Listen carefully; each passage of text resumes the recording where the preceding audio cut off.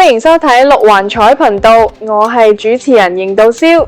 6月14號星期六有所謂嘅沙田夏令賽事，香港馬會今年以夏令一詞形容黃昏賽馬，呢個讓我波士聯想起兩位同夏相關嘅藝人，而佢哋都同香港賽馬會頗有淵源。一位係已故嘅六合彩之父夏春秋先生，東叔夏春秋嘅主持風格以貼地幽默見稱。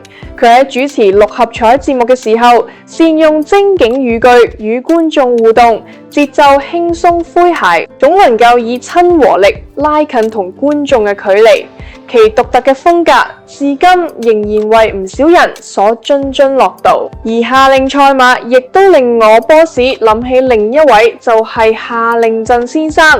而家先賣個關子，到片尾我會代波士出題考考大家。閒話休題，即刻為大家介紹聽日黃昏馬嘅心水推介。第5場12號精算特殊，鵬哥容天鵬即將榮休，想必會毫無保留為佢支持多年嘅馬主建功。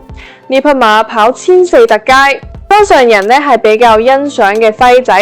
第6場10號捷足奔馳，重新配貴中曾助佢入位嘅湯普森新歌嘅冷門選擇時，常帶嚟意外收穫。若果考慮連贏或者位置 Q，不妨留意埋亞賽嘅3號平海之星、7號幸運同行以及鵬哥嘅9號雙贏。跟住係推介71便利店，即係第7場11號由阿妹策騎嘅金鑽80，文家良請得阿妹嚟騎，想必心中早有盤算同策騎指示。再跟住落嚟介紹老黃中嘅第8場10號人和家興，繼續支持我波士嘅偶像張明敏大哥。今期介紹就係咁，講返節目開始時嘅問答題，想問大家知唔知道夏令振與賽馬有咩關係？